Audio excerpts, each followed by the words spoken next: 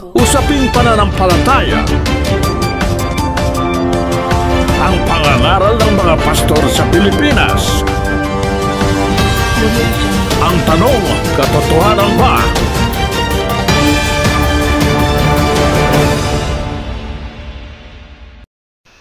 Ating patutugtugin ng buo ang video upang maiwasan ang maling konteksto.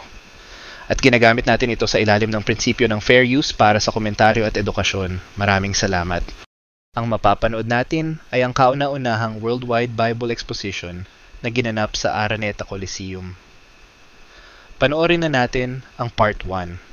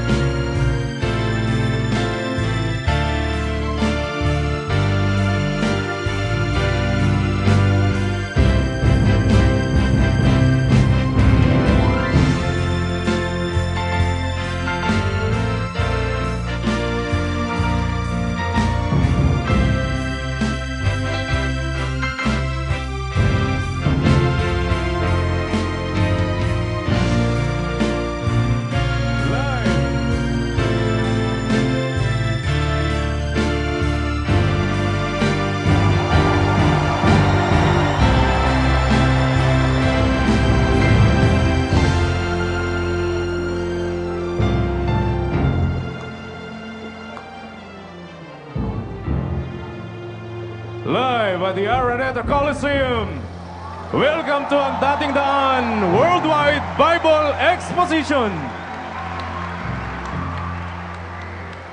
And to do our opening number, please welcome the Music Ministry Corps and the Teatro Cristiano.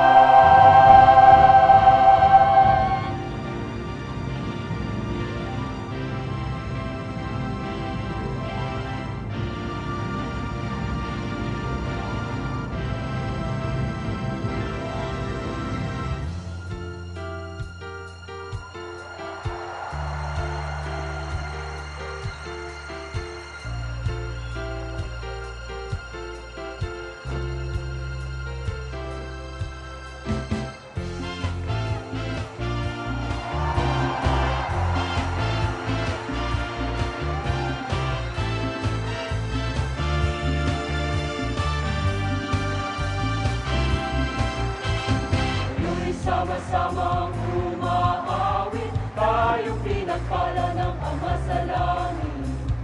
Kamulihan niya't pagmamalasakit sa ating hindi pinagkait. Ating gawin ang kanyang banal na pangalan. Ingatan sa kapal.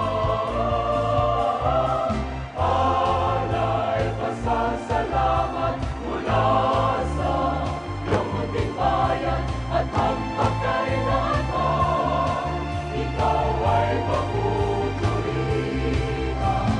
Alay pasasalamat mula sa iyong munting bayan at ang magkailan ay hanggang ika'y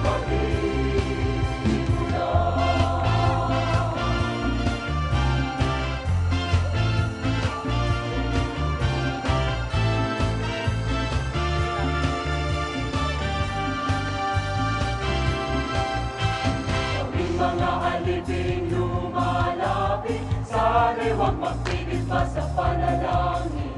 Kaya't pilit-pilit na maganap namin ang mga tungkulin binigay sa amin. At kami na mag-arap, na sa'yo'y maglaban, kahit na mahirap at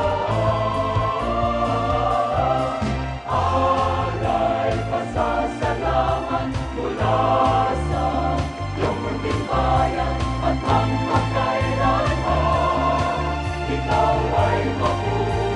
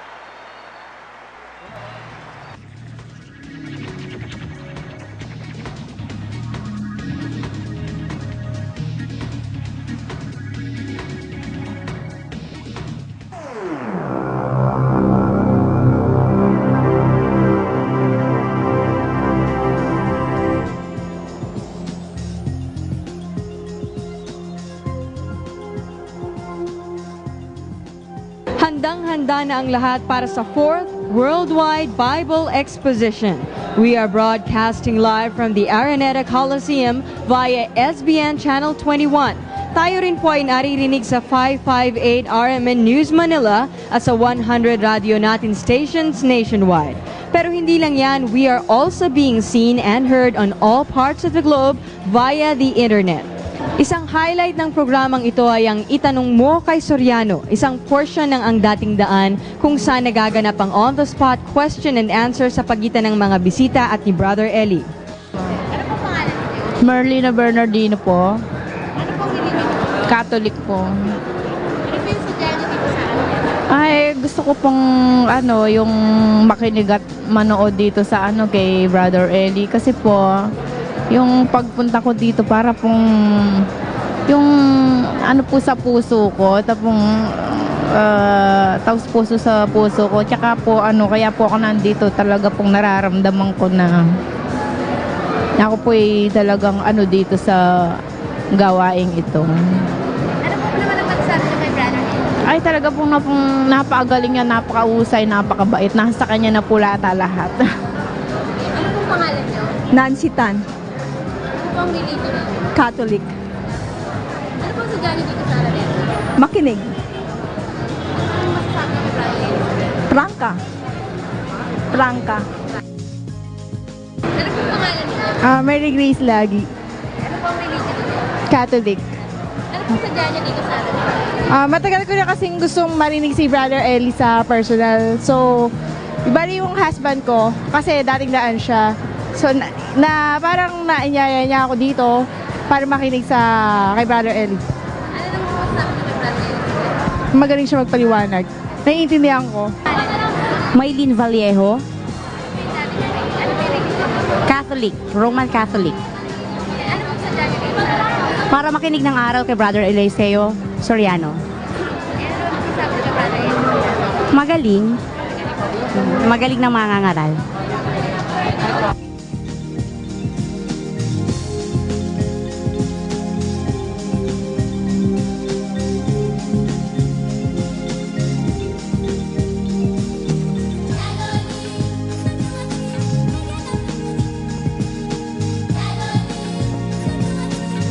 Handa ka na ba?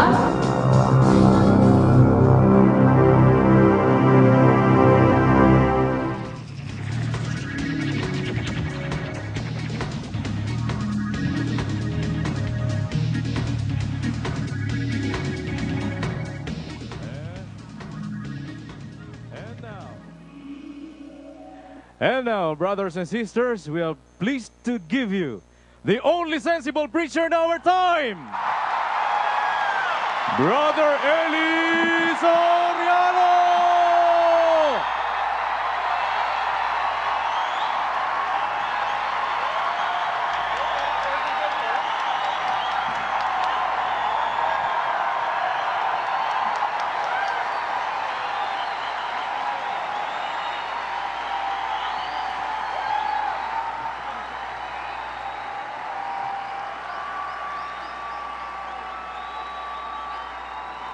Magandang gabi po.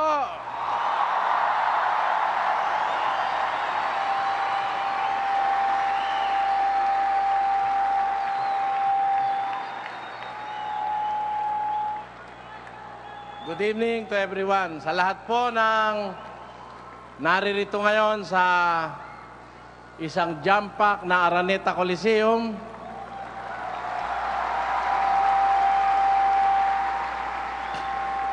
Sa mga nakikinig po ngayon sa kani-kanilang mga tahanan sa radyo, sa facilities ng RMN, at nanonood sa SBN 21 Free and UHF TV. At ganun din po sa lahat ng nakatune in sa atin sa World Wide Web, sa Internet. A very pleasant good evening to everybody. We are glad to see you, and we hope you are also glad to see us, not only in person but even in television or in the Internet.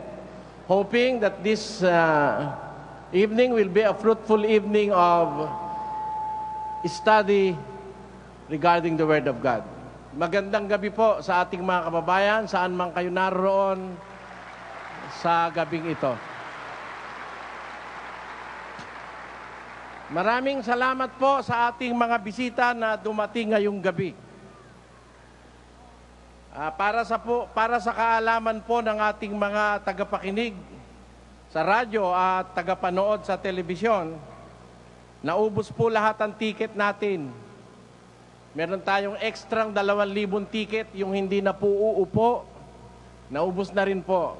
Kaya yung mga kasabay namin kanina, ayaw na papasukin ng mga security guards. And we are very sorry for that. Kaya lang po, wala na pong mas malaking venue dito sa Metro Manila na covered.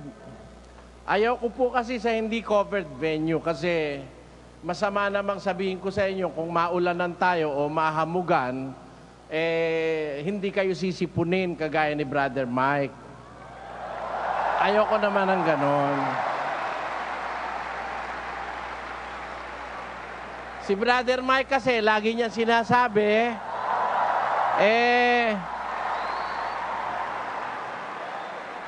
pagka naulanan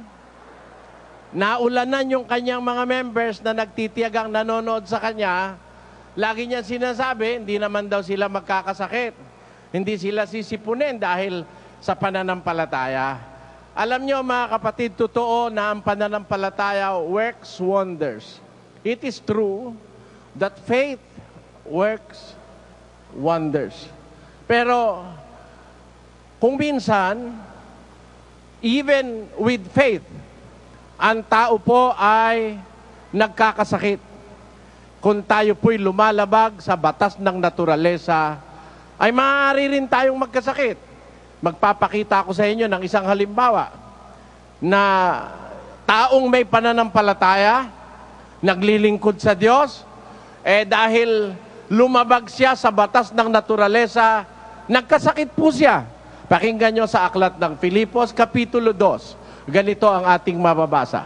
2:25. Basa. Ngunit inaakala kong kailangang suguin sa inyo si Epafrodito, na aking kapatid at kamanggagawa, at kapwa-kawal, at inyong sugo, at katiwala sa aking kailangan. Yamang siya'y nananabik sa inyong lahat, at totoong siya'y namanglaw, sapagkat inyong nabalitaan na siya'y may sakit. Ba't siya nagkasakit? Sapagkat dahil sa pagpapagal kay Kristo, ay nalapit siya sa kamatayan. Tingnan niyo. Because of overwork, nagkaroon po ng sakit si Epafrodito. Mas tuve por cosa necesaria enviaros a tu Epafrodito mi hermano y colaborador y compañero de milicia y vuestro mensajero y ministrador de mis necesidades, porque tenía gran deseo de ver a todos vosotros y gravemente se angustio porque habláis oído que habla enfermado. Pues en verdad estuvo enfermo a la muerte. Malapit nang mamatay si Epafrodito. Pues en verdad estuvo enfermo a la muerte. Mas Dios tuvo misericordia de él y no solamente de Él, sino aún de mí, para que yo no tuviese tristeza sobre tristeza. Nakita nyo, dito sinasabi po na nagkasakit si Timoteo o si Epaprodito dahil sa malabis na pagpapagal kay Kristo.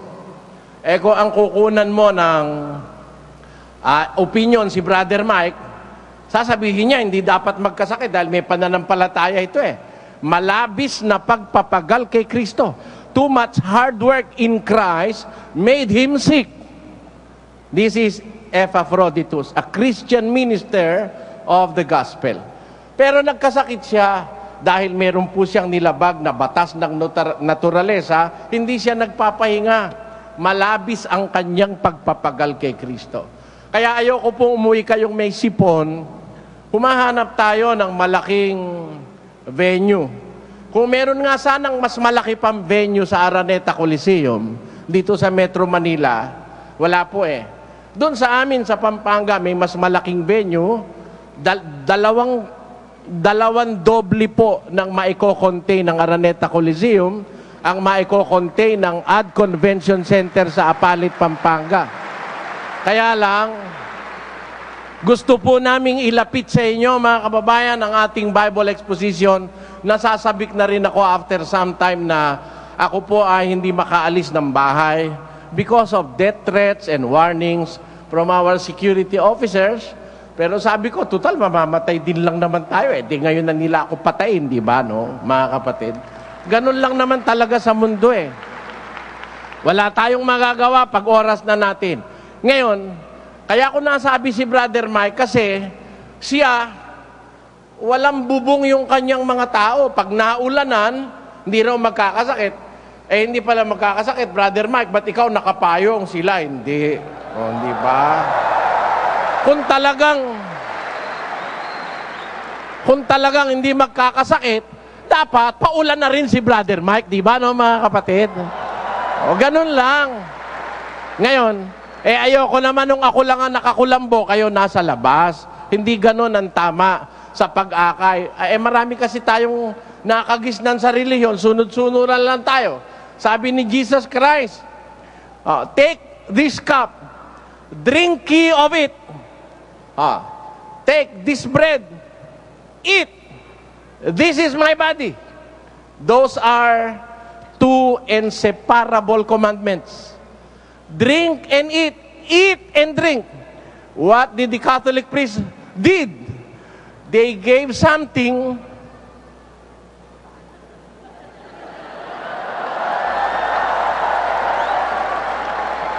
What did they give?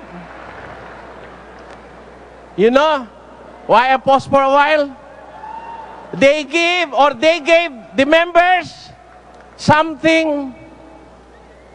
I'm hesitant to say something to eat because do you call it something to eat? Or something to taste?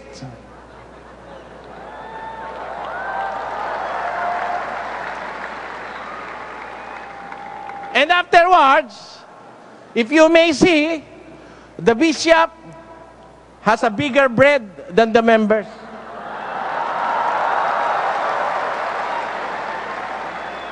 And afterwards, the officiating priest will drink of the cup, but will not give any drink to the members.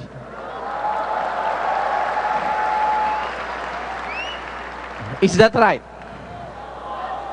Of course, biblically speaking, that is not right.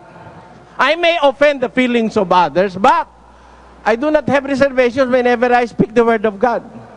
Kahit ang magalit sa akin si Presidente Arroyo, hindi ako natatakot pag ang sasabihin ko totoo. Tandaan nyo, mga kababayan. Kasi fear is something not entertained by a Christian faithful. If you are a Christian, you don't have to fear anybody except God. It is very clearly recorded in the book of 1 John, chapter 4, verse 18. Verse 18 and 20. Please. Walang takot sa pag-ibig.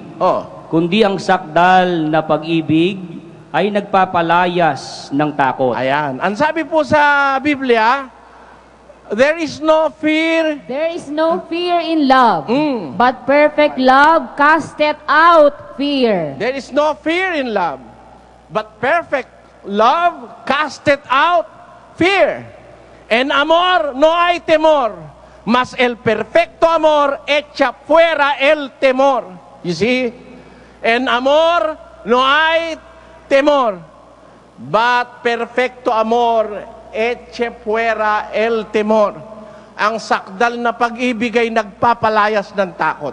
Kaya wala tayong dapat katakutan pag nasa totoo tayo, mga kapatid. Pag ang sasabihin mo yung totoo, hindi ka dapat matakot. Kaya hindi ako takot kahit idemanda ako ni Brother Mike. Totoo naman sinasabi ko Siya lang ang nakasilong, yung miyembro niya hindi.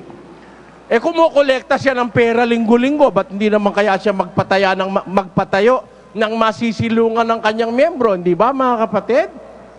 Tama. Pag hindi tama, sigawan niyo ko. Kasi, love your fellow man as yourself. That is the golden rule. 7:12 of the book of Matthew, it says, do unto others what you would like others to do unto you.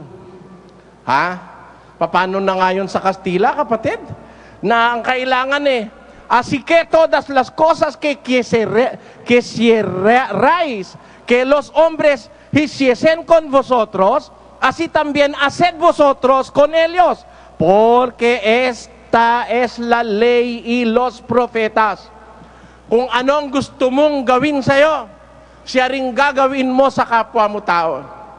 Bakit ako nagkakaganito, mga kapatid? Gusto ko kasi mamulat ang isip ng kababayang Pilipino na hindi tayo laging inaapi sa relihiyon. Pang-aapi yun. That is not justice. Pinakain ka, hindi ka pinainom. Hindi ba totoong yun pang-aapi, mga kapatid? Pinakain ka, hindi ka pinainom. Hindi bali sana. Hindi bali sana kung hindi utos yon. Utos po yun. Etong cup. Here's the cup. Drink all of you.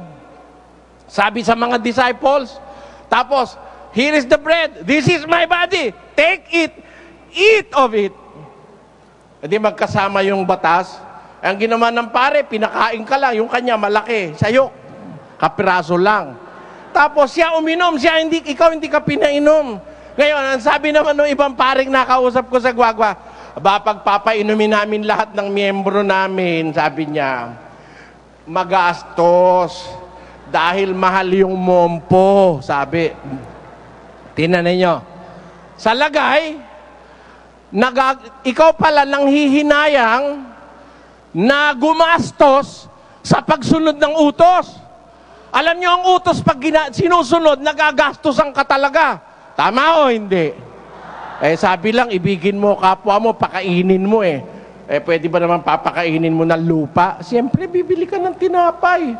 Magagastosan ka talaga pag nagpakain ka. Tama o hindi? Susunod ka sa Diyos, magagastosan ka. Ang sabi ni David, kung ang pag-uusap ay pagsunod sa utos, sa awit 119, ganito ang kanyang pananalig. Pakinggan nyo. Talatang 127. Basa. Kaya't aking iniibig ang mga utos mo ng higit sa ginto.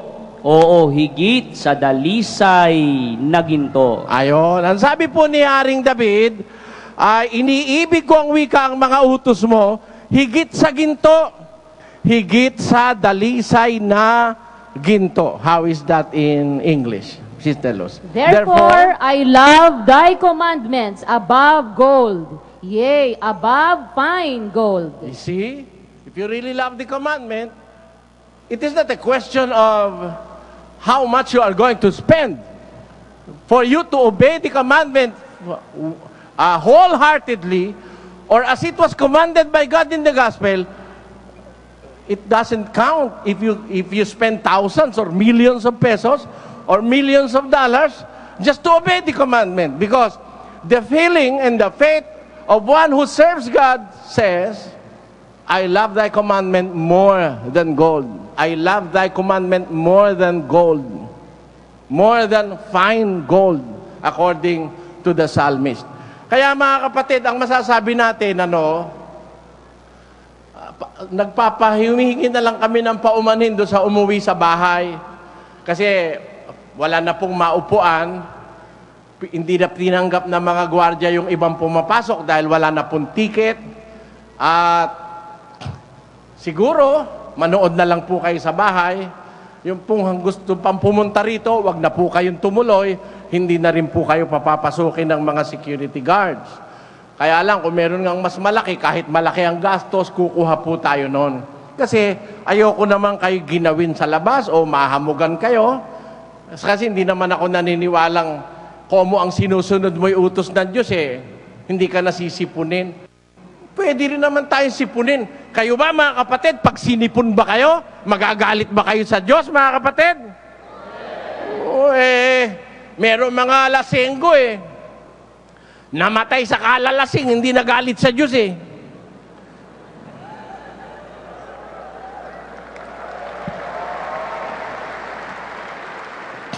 Di mo ba, kung halimbawa, ikaw ngayon, sinipon ka sa pagsunod sa Diyos, magagalit ka ba sa Diyos? Si Epaprodito nga kontik nang mamatay sa pagpapagal kay Kristo, pero okay lang, total mamamatay ka rin lang naman Mas maganda nang mamatay nang sumusunod ka sa Diyos. Dahil pagkamatay mo, meron kang buhay na walang hanggan. Yun po ang sinasabi ng Biblia. Yan ang dapat nating maintindihan. Ngayong gabi, wala po tayong masyadong maraming oras, mga kapatid. Karanasan na po namin ito pagka Worldwide Bible Exposition. Actually, humingi na kami ngayon ng mga questions from other countries. We cannot entertain them. We do not have the enough facilities for them to come live here at the Araneta Coliseum. Hiningi na namin, pre-recorded na po yung kanilang mga tanong. But still, this is a worldwide Bible exposition. Is still because we are being monitored worldwide by our different chapters abroad.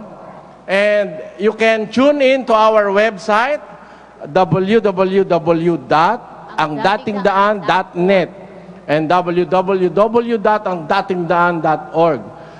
Mapapanood po tayo saan man kayong panig ng mundo naroroon sa pamamagitan ng internet. Ngayon, wala po tayong masyadong maraming oras dahil kulang po itong 4 na oras, mga kapatid, sa pag-uusap na ukol sa Biblia. Lalo na kung maraming magtatanong.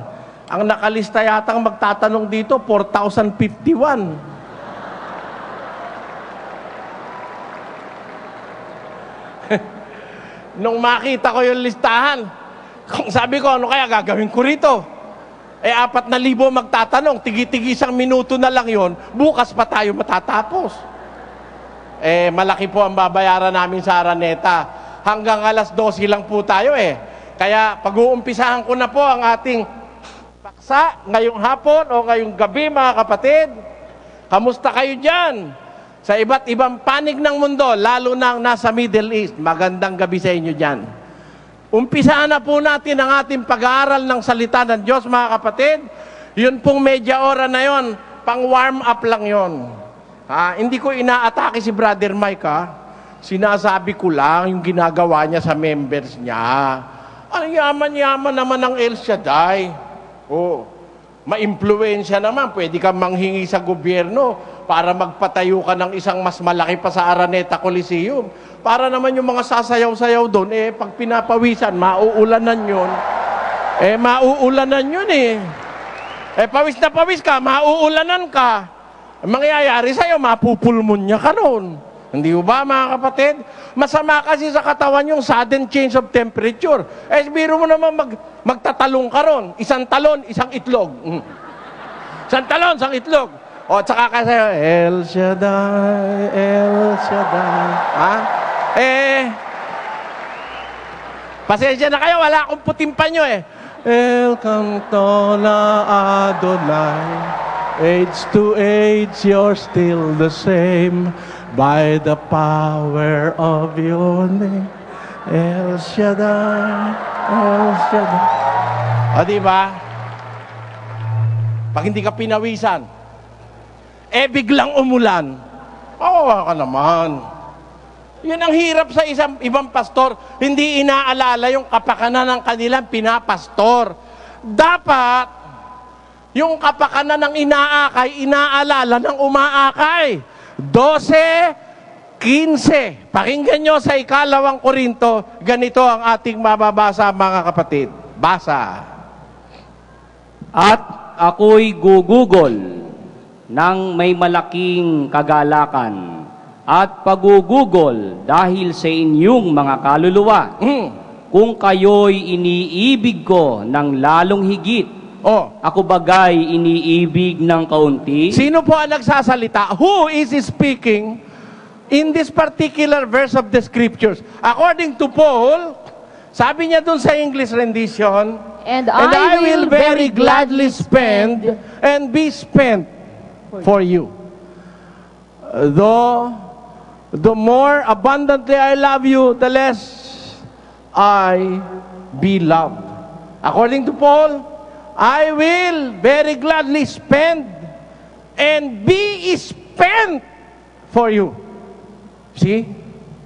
He's going to spend and himself be spent.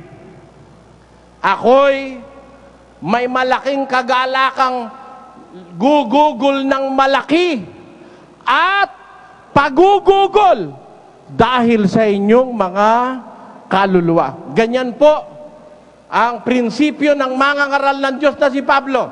Gugugol at pagugugol. Kaya ngayon, maghanap kayo ng mangangaral na gumugugol. Anybody, you know, a preacher that spend and being spent for the benefit of the members? Or is it true that they do not spend, but members spend for them? Naintindihan niyo po yun, mga kapatid? Ha? Totoo ba na ang mga mangangaral natin gumugugol o ginugugulan? Nang pumunta rito ang Papa sa Roma, ilang milyon ang ginugol ng pamahalaang Pilipino. Hindi ako naiinggit, Kahit hindi ako bigyan ni GMA ng 5, hindi ako naiinggit kahit kanino. Pero sa Biblia kasi ang sinasabi, gugugol ako, sabi ni Pablo, at ako'y pagugugol. I will gladly spend and be spent. Pati siya, ginugugol niya ang kanyang sarili for the sake of your souls. Ang sabi ni San Pablo, mga mangangaral ngayon, sila ang ginugugulan mo, hindi man lang sila gumagastos Lagi na silang sobra. Lagi na silang may ganansya. Lagi na silang may pakinabang, mga kapatid. Kaya po, hindi naman ako lang aatake. Sinasabi ko lang yung totoo. O kayo ba, ayaw nyo bang makarinig ng totoo, mga kapatid? Kung ayaw nyo ng totoo, nasasaktan kayo, maluwang po ang pintuan ng Araneta Coliseum. Lumayas na kayo rito kung ayaw nyo ng totoo.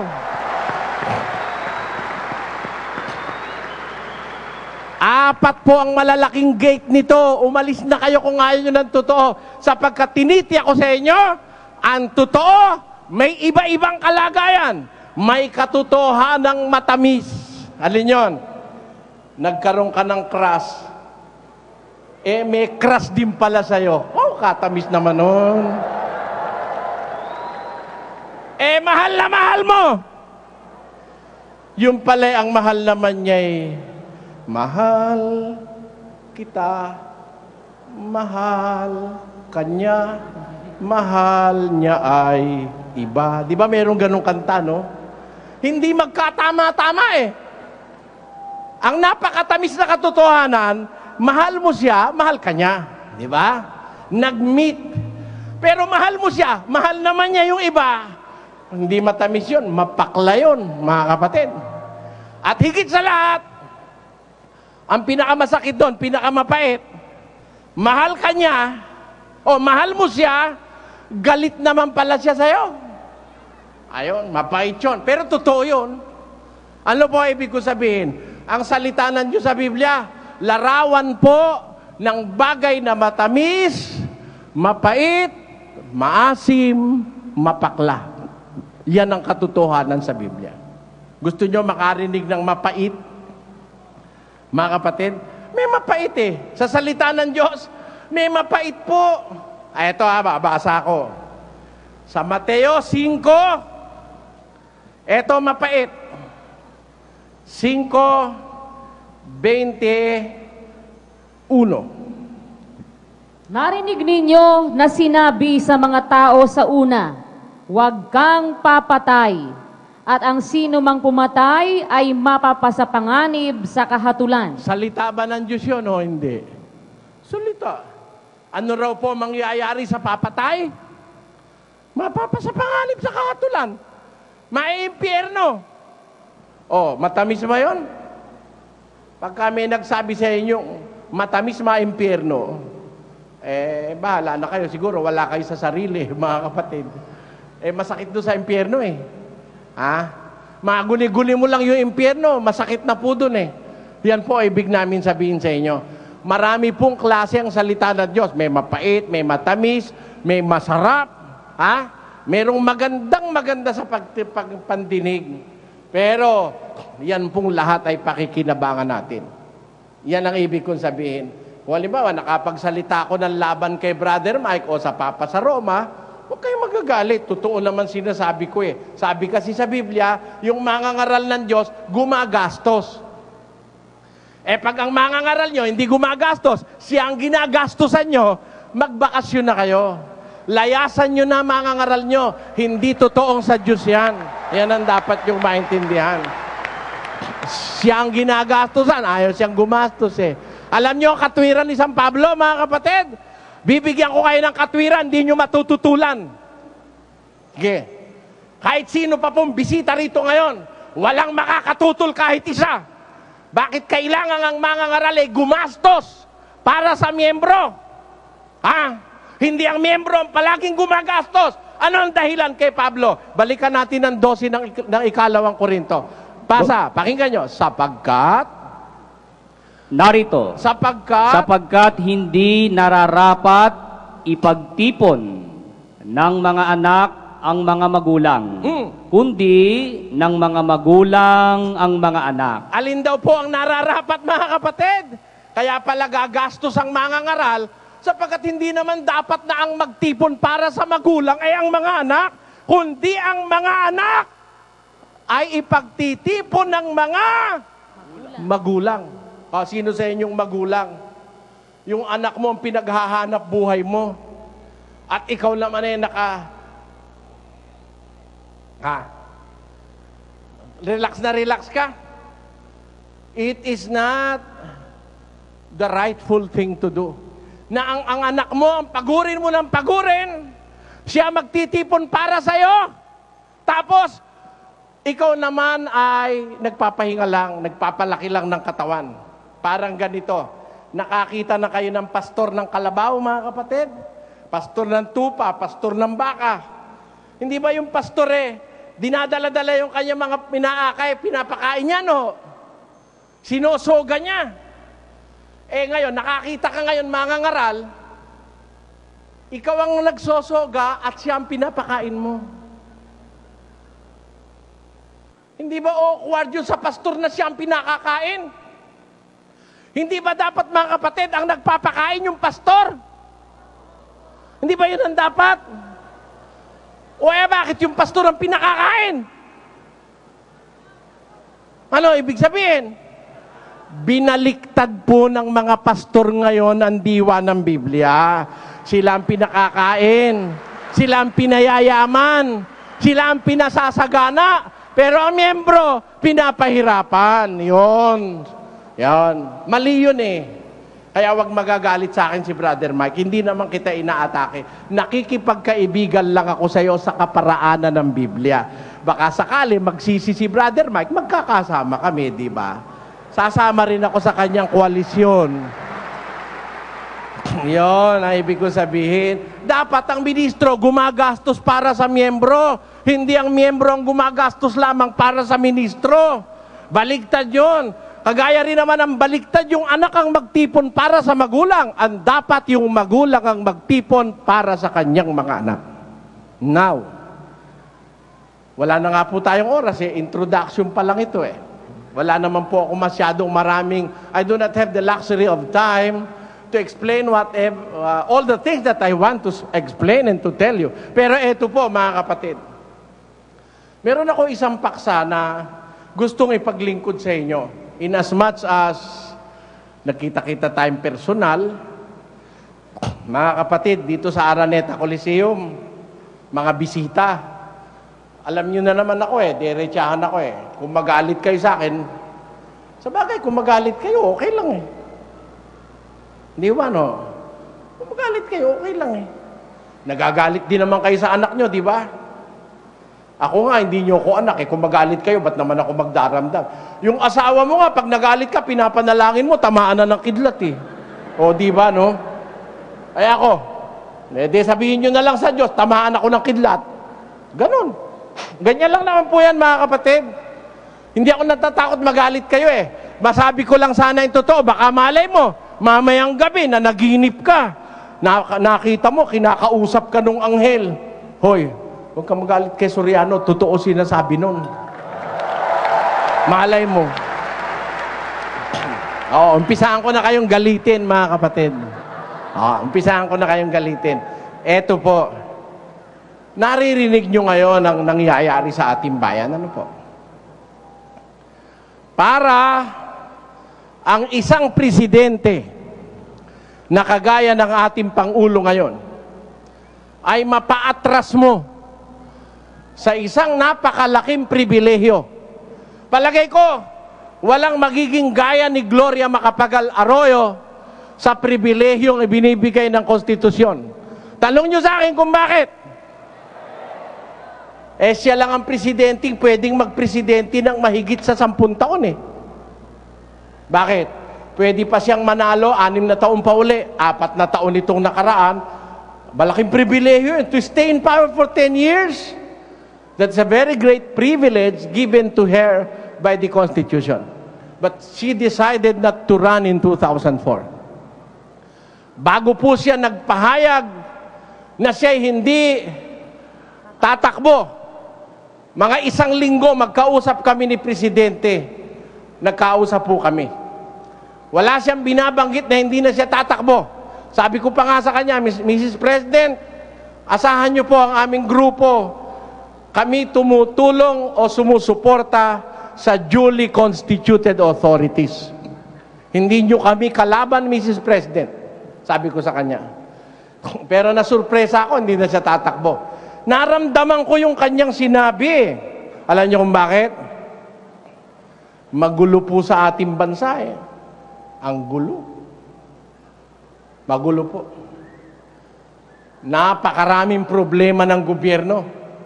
Ako man si GMA, kung ako pinapahalagahan ko yung aking kalusugan at yung aking edad, bago siya siguro makatapos ng pagka-presidente 10 taon, baka tumanda siya ng 30 taon nakita ko po si Clinton Kababata ko kasi si Clinton Magkasing edad kami noon Bago nagpresidente yun walang kulubot Nung umalis, kulubot na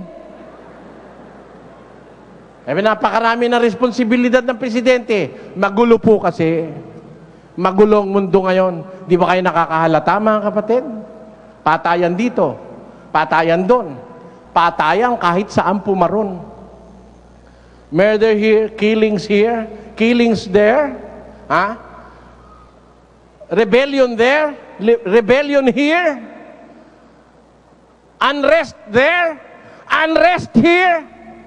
There are rumors of war, and there are rumors of uprisings among nations and among people. Sa ibang bansa po sa mundo, pati yung magkakalahi, nag-aaway. Ang gulo-gulo. Gusto ko pong samantalahin ang panahong ito para sabihin sa inyo na sa orasan ng Biblia, mga kapatid, wala na tayong masyadong maraming panahon. There is not much time left in the biblical calendar of human events. Palapit po tayo ng palapit sa kawakasan. Everybody is praying for peace. Everybody is hoping for peace. It is among those things that is being prayed for by religious organizations. Alam nyo kung bakit tatalakayin ko ito, mga kapatid? Kasi nung isang gabi, nananalangin ako. Parang napahinto ako nung nananalangin ako sa Diyos eh. Sabi ko, sana po, wag matuloy ang gera. Sabi ko sa panalangin ko, kasi alam ko, katapusan ng January, and that is today. This is the last day of January. Alam ko, merong gagawin na ang Amerika. In a matter of a week from now, magkakaresulta po ang desisyon ng presidente ng Amerika, the most powerful nation on earth. And the fate of the world depends upon the decision of the President of the United States of America. Hindi ba kayo nakakahalata, mga kapatid? Ang gulo-gulo sa mundo, napakagulo. Patayan ng patayan. Hindi na po nahihiya ang tao ngayon sabihin sila'y mamamatay tao. Hindi na tayo nahihiya. Ang human race hindi na nahihiyang mag-claim ng sila ang pumatay kay ganon, sila ang pumatay kay ganire, sila ang responsible sa pagpapasabog ng ganon. In the bombing of a certain place, they are responsible. They are not anymore ashamed of accepting the responsibility of their crimes. What happened to the world? Ano na po nangyari sa mundo? We are now living in a situation where nobody can say what is in store for tomorrow. Napakagulo na po, mga kapatid. Alam nyo ba sa Biblia, kaya ko sinabing, parang natigilan akong manalangin nung isang gabi, sabi ko, sana po, wag matuloy ang gera. Sabi ko sa Diyos, napatigil ako eh. Alam nyo, may naalala kasi kung talata sa Biblia. Ang sabi po ng Panginoon Kristo sa Mateo 24, 6, at mga kakarinig kayo ng mga digmaan at mga alingaw-ngaw ng mga digmaan. Ingatan ninyo na huwag kayong maglumihanan sapagkat kinakailangang ito'y mangyari tatapot hindi pa ang wakas. See? Kinakailangang ito'y mangyari. Oireis geras, rumores de geras. Mirad que no os turbéis, porque es menester que todo esto acontezca, mas aún no es el fin. It is not the end. Hindi pa yan. Why? Kailangang ito'y mangyari, pero hindi pa ito ang wakas. Bakit? Sapagkat magsisitindig ang bansa laban sa bansa, at ang kaharian laban sa kaharian, at magkakagutom at lilindol sa iba't ibang dako. For nation shall rise against nation, and kingdom against kingdom, and there shall be famines and pestilences and earthquakes in diverse places. Porque se levantará nación contra nación, y reino contra reino, y habrá pestilencias y hambres, y terremotos por los lugares. You see? Terremotos por los lugares. Magkakaroon ng mga lindol na malalaki sa mga iba't ibang lugar. Kailangang mangyari ang mga bagay na ito, datapot hindi pa ang wakas. You see? Huwag kayo maniwala na bukas wakas na. Huwag kayo maniwala. Pag naggera, wakas na, hindi pa. Hindi pa yun ang wakas. Meron pa po kasunod. Pero ang sabi ni Kristo, kailangang ito'y mangyari. Paano mo ipapanalangin ngayon? Panginoon, sana po wag matuloy ang gera. Pinapanalangin ko, narinig ko kasi, si Cardinal Sin, sabi kay Presidente, dapat wag kumampi sa Iraq o sa Amerika si Presidente at maaapektuhan ang mga taong Pilipino sa gera. Ngayon, lahat ng mga iglesia, lahat ng mga pastor na nanalangin, wag matuloy ang gera. Ganon din ang panalangin ko, mga kapatid. Kaya lang napatigil ako nung isang gabi, sabi ko nga sa inyo nananalangin ako sa Diyos, natigilan ako. Sana po, wag matuloy ang gera. Naalala ko kasi mga apo ko, maliliit pa Saka baka ako pag nagpadala rito ng yung germ warfare, pag nalanghap mo yan, matutunaw na lang ang katawan mo, patay ka agad Alam mangyayari, mga kapatid?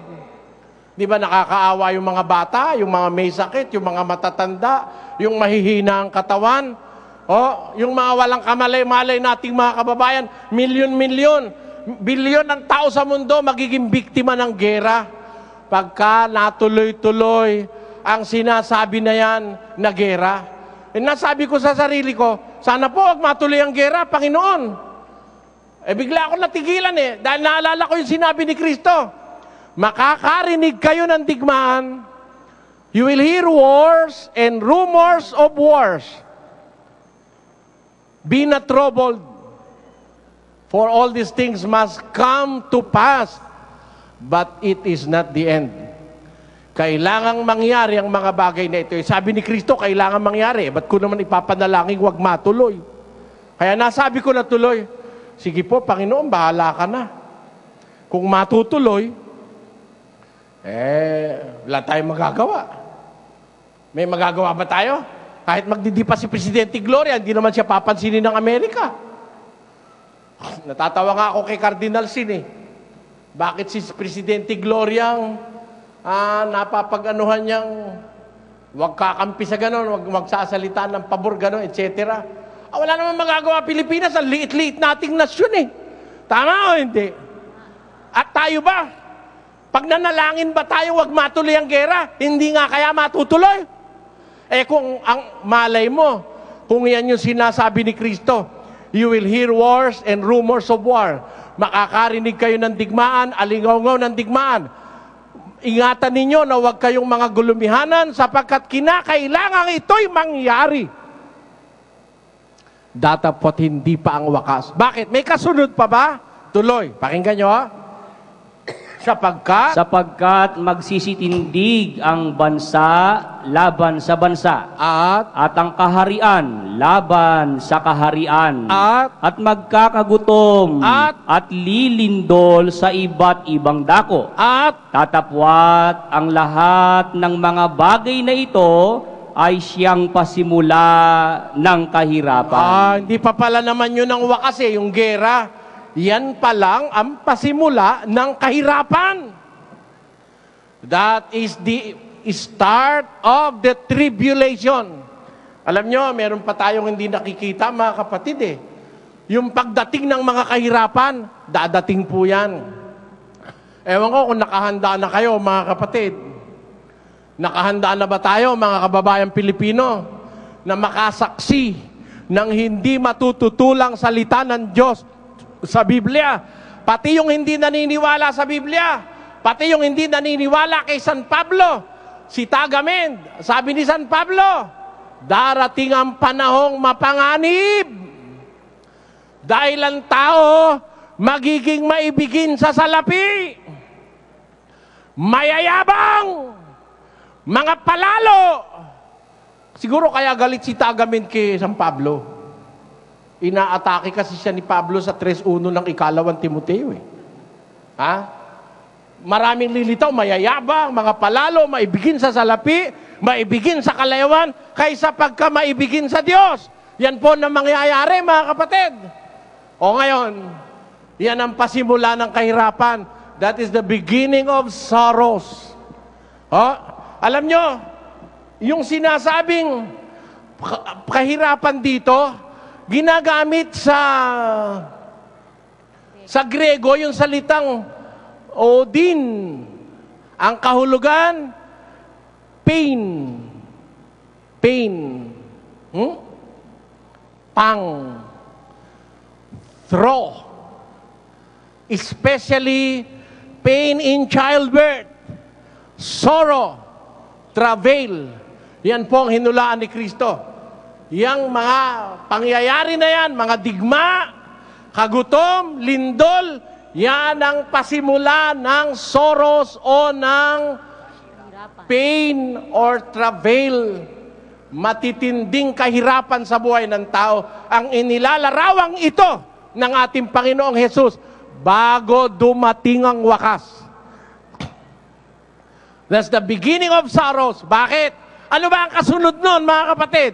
29, 24, 21. Pakinggan nyo, nakasulat ang ganito. Sapagkat kung magkagayoy, magkakaroon ng malaking kapighatian, na ang gayoy di pa nangyayari buhat sa pasimulan ng sanglibutan hanggang ngayon, at ni hindi na mangyayari kailanman. Nakita nyo, mga kapatid, yan ang masaklap dyan.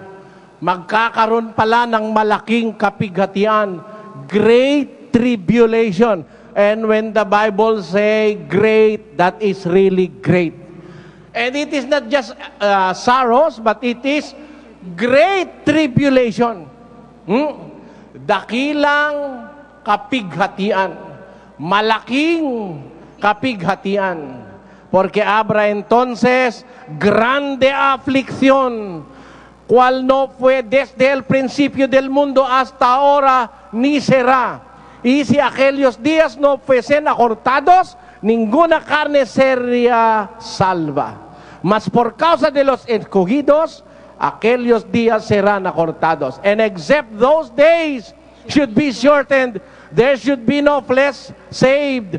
But for God's elect, those days shall be shortened. Napakahirap nung mangyayari na yon, mga kapatid.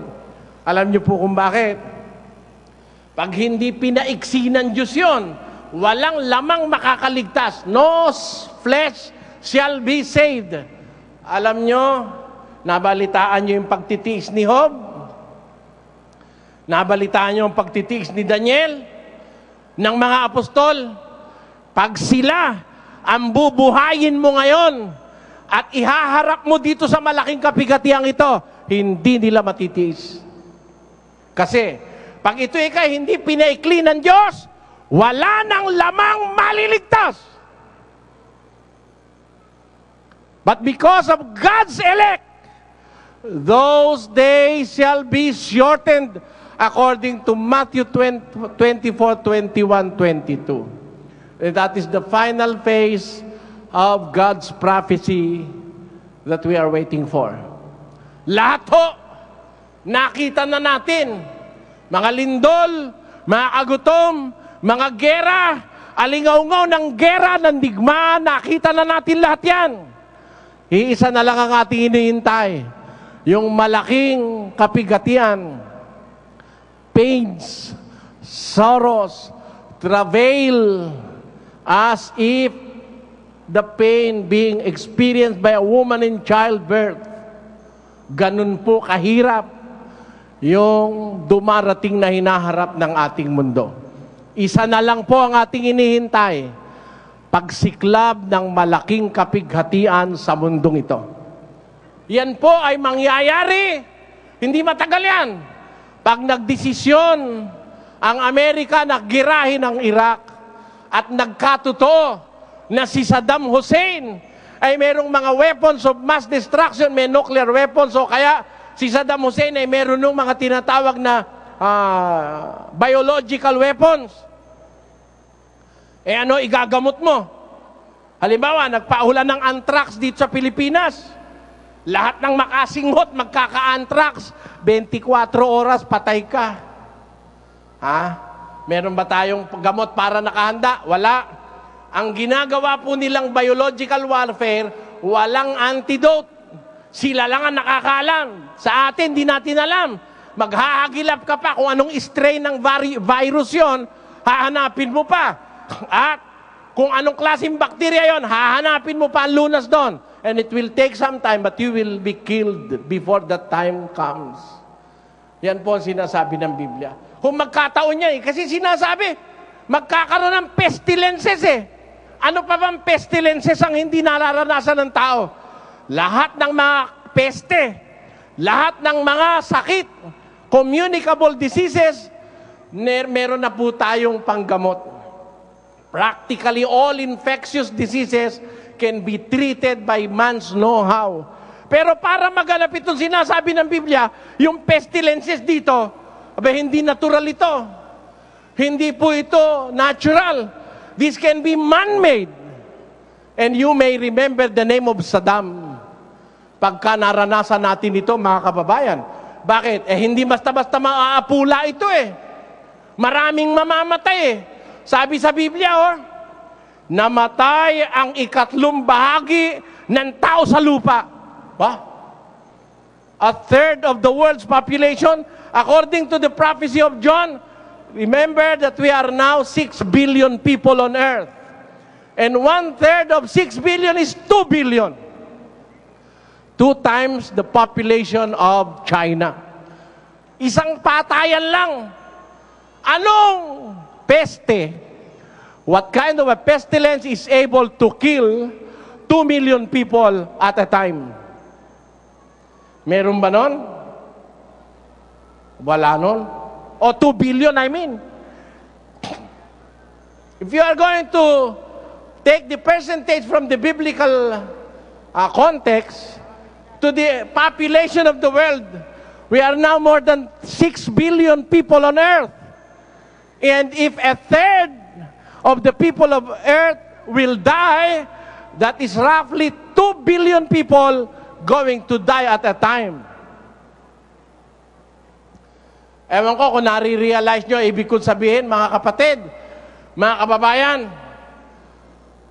kung yan natural na catastrophe, natural na epidemic, halimbawa, kumalat ang cholera, may pangontra na po tayo sa cholera. Kumalat halimbawa ang hepatitis B, karamihan sa bata ngayon, meron na pong inoculation, meron na pong vaccine. Pagkapanganak pa lang, nilalagyan na ng hepatitis B vaccine ang bata. Pagka halimbawa kumalat ang pulmonya o pneumonia, meron na rin tayong gamot para riyan Ano pong pestilence ang sasabihin nyo sa akin na makakapatay sa napakaraming tao na hindi agad maaagapan ng tao? Maliban sa mga sakit na ngayon po ay ginagawa ng masasamang tao sa kanilang mga laboratorio. Tandaan nyo, nakagagawa po sila ng strains of viruses. Gumagawa sila ng mutants, yung may resistance sa mga gamot. Even to the 3rd generations of antibiotics, hindi kayang patayin basta-basta yan. Yan po ay magdudulot ng malawakang sakit at pagkakahawa-hawa sa sangkatauhan. Magaganap ang sinasabi ng Biblia na darating ang malaking kapigatian. Matindi po yan, mga kapatid. Nakahanda na ba kayo? Kawawa naman tayo. Alam nyo, ba't ako naaawa? Naawa ko, really.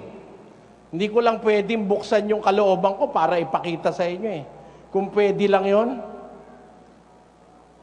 Kung ninanais mong mapatunayan na ang pag-ibig ko'y laging dalisay, dibdib ko irog, buksan mo ng tuluyan, sa puso ko'y malasin ang pagsintang tunay. Di ba may kantang ganun?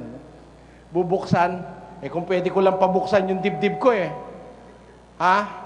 Kung makikita lang pag binuksan ng dibdib, lalaban ako ng bukasan ng dibdib. Buksan natin ang dibdib ni Manalo. Buksan natin ang dibdib ni Cardinal Sin. Ha? Buksan natin ang dibdib ni Kibuloy. Buksan natin ang dibdib ni Brother Mike. Buksan natin ang dibdib ng lahat ng pastor na umaakay ng tao sa panahong ito. Lalaban ako ng bukasan ng dibdib sa harap ng Panginoong kong Diyos, mga kapatid. Bakit ko sinasabi ito? Maraming hindi naaawa eh. Dapat maawain tayo, alam nyo. Matuto lang tayong maawa, meron na tayong pabor eh. Iba po yung maawain.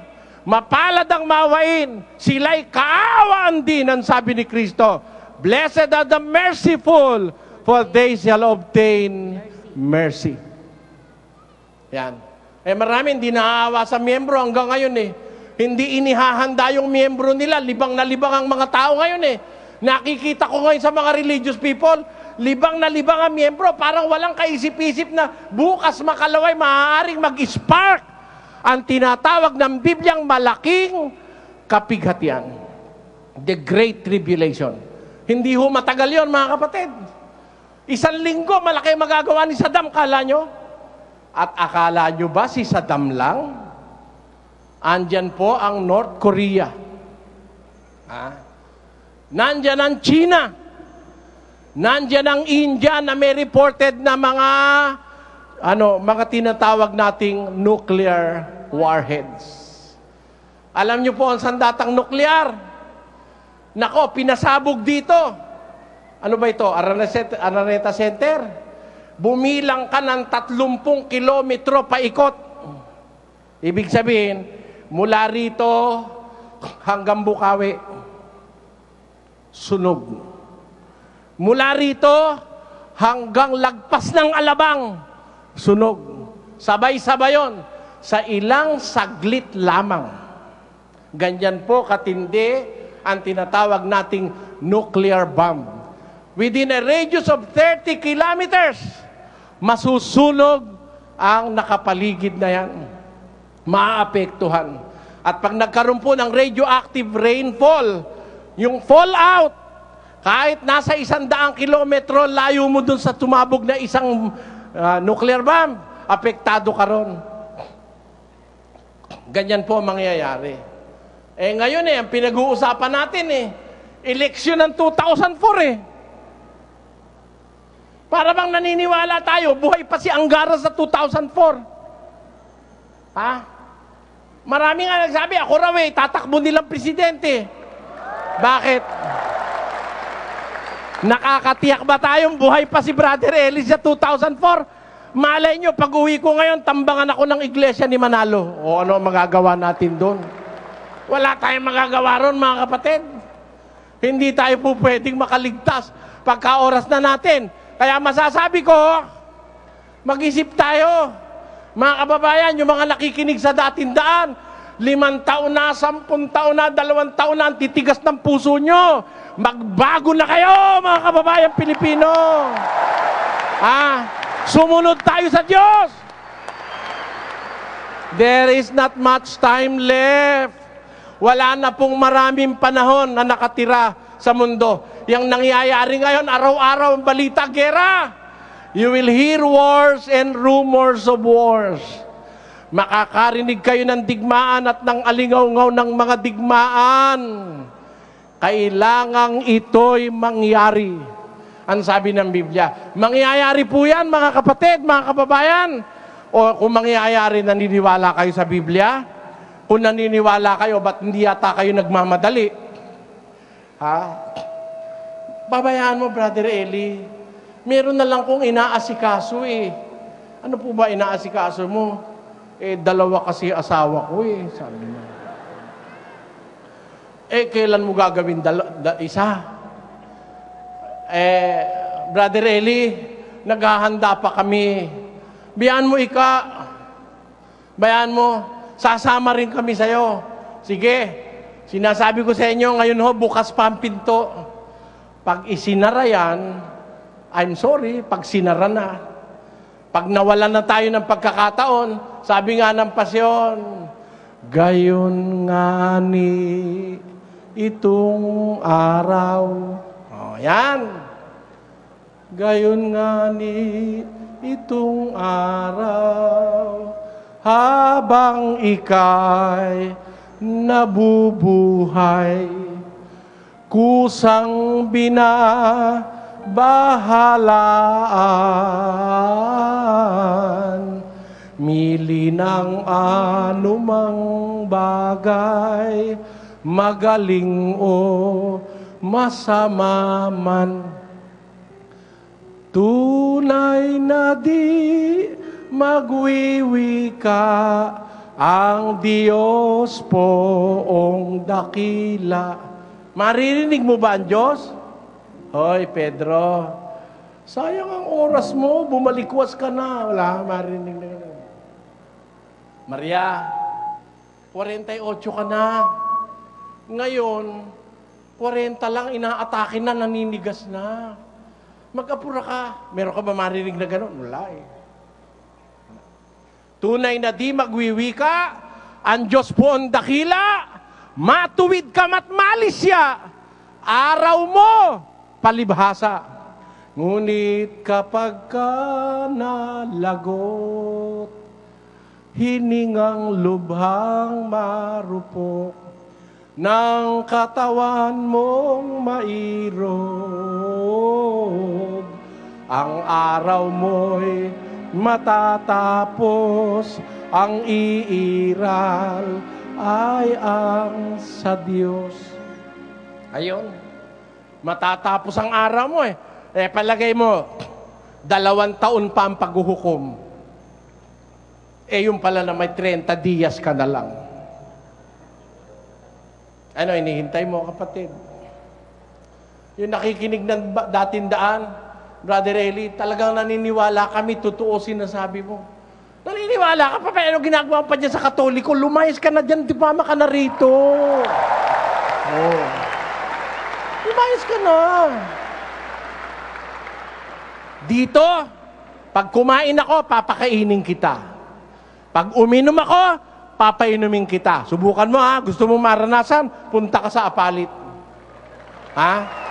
Pumunta ka ron, makikita mo. Hindi ko sinasabi lang yon. Ginagawa ko yun, mga kapatid, sa tulong ng Diyos.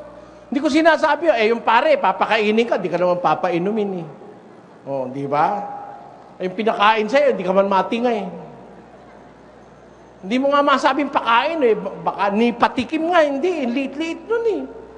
Tapos, tanggapin mo kakatawan ni Kristo, ba't ganun ba naman kapayat si Kristo? Hindi naman ganun. Ang liit naman nun, wala ka man lang malasahan dun. Oh. Kaya, magagalit na naman sa akin ito yung mga Katoliko. Bukas, malalabas na naman sa dyaryo. Ha? May galit na galit sa akin mga kolumnista sa dyaryo eh. Sira raw ang ulo ko. Oo, sige na. Sira na ang ulo ko. Ang tutulan mo yung sinasabi ko kung totoo o hindi totoo. Ayun. Diba? Malapit na eh. Malapit na mga kapatid. Iniisip ko. Mahirap maganap na ang tao'y mamamatay sa pestilence na sinasabi ni Kristo. There shall be famines, wars, and rumors of wars, and pestilences. Maraming salamat sa panunood. Please subscribe, like, and share. Mag-comment naman kung ano ang masasabi ninyo sa aking content.